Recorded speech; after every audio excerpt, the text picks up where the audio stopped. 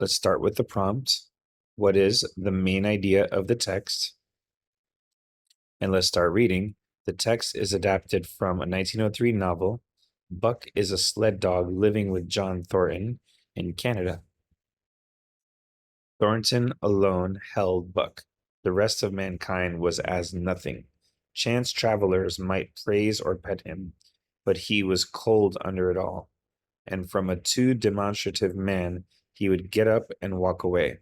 When Thornton's partners, Hans and Pete, arrived on the long-expected raft, Buck refused to notice them till he learned they were close to Thornton. After that, he tolerated them in a passive sort of way, accepting favors from them as though he favored them by accepting.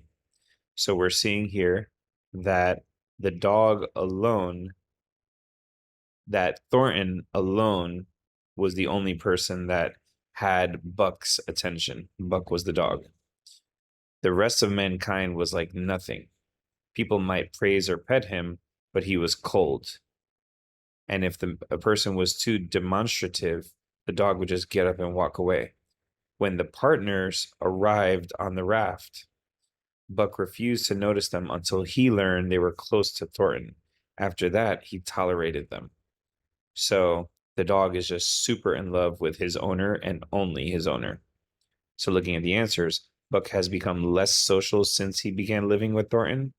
Possibly, even though it doesn't mention a change over time. It just says Buck was only interested in Thornton.